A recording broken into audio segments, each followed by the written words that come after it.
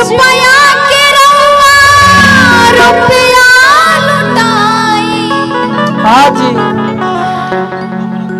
रुपया ना हो खेता नाच के दिखाई। सोहर के नेग हमार होला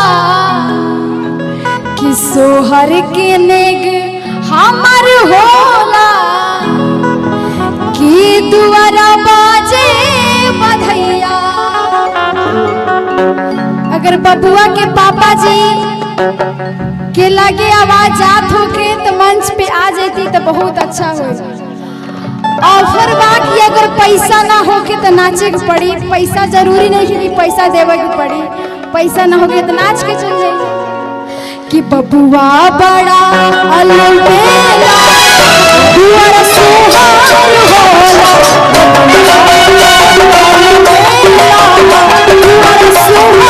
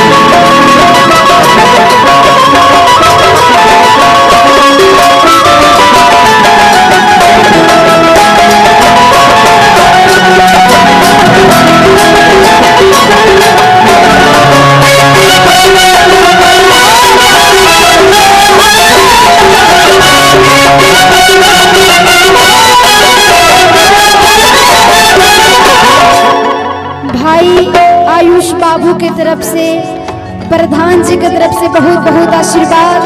भगवान उनके समस्त परिवार के बनाए रखे। पापा जी आई आगे आए कहल बा कि जेकर नाथ भोलेनाथ हुआ नाथ कैसे होई। ना कि जेकर नाथ भोलेनाथ हुआ नाथ कैसे होई। अरे हुआ तब नाथ भोलेनाथ अनाथ कैसे हो रही हुआ तब पूरा प्रधान बानी नो। बबुआ के पापा जी महलों के राजा।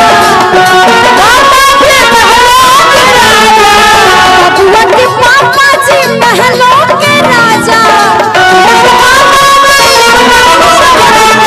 महलों के राजा महलों के राजा। देखी सोहर बधैया में नेग होला नो। सोहर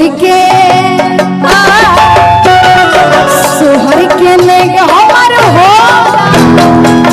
है ना ढोलक टिकाला बा निकलन बा। एक बार तनी हाला कर दी जोरदार तो सब कि सोहर के नेग हमार होला। दुआरा बाजे बधैया बबुआ बड़ा अलबेला। दुआर होने दुआ गोला आ तनी म्यूजिशियन वाला लोग के भी हां है ना बरखा हो गले है ना पत्थरों ना पड़ो हमनियो के ने गोला देख के कोई नहीं मानी जा कि बबुआ बड़ा अलबेला दुबारा सोहार होला बिना लेहले बजाम जना आई दादा अरे महाराज तू बजाएंगे ना तभी तो आप बिना दीजिएगा लहला- तभी तो बजाएंगे ना। बिना लेहला कहाँ बजल रहा है हां अब देख ले बेईमानी ना होखे अच्छा ट्रिक है जय हो पैसा लेने का अच्छा ट्रिक है ठीक है बाना ही होके के चाहिए न तर गायकर लोग के ढेर पड़ जाला म्यूजिशियन लोग के कोई पूछबे ना करे केहू ना पूछे ये एकदम अच्छा बात बा हाँ, हाँ, अच्छा तो? लगा हाँ कि बबुआ बड़ा अलबेला दुआरा सुहार होला दुआरा सुहार होला अब पापा जी ला कहे कि पापा बुआ के पापा जी ला मेरी जोहर जमी तुझे मालूम नहीं मेरी जोहर जमी तुझे मालूम नहीं तू अभी तक हंसी और मैं जवान उस पे कुर्बान मेरी जान मेरी जान उस पे कुर्बान मेरी जान मेरी जान तुझे मालूम नहीं तू अभी तक हंसी और मैं जवान उस पे कुर्बान मेरी जान मेरी जान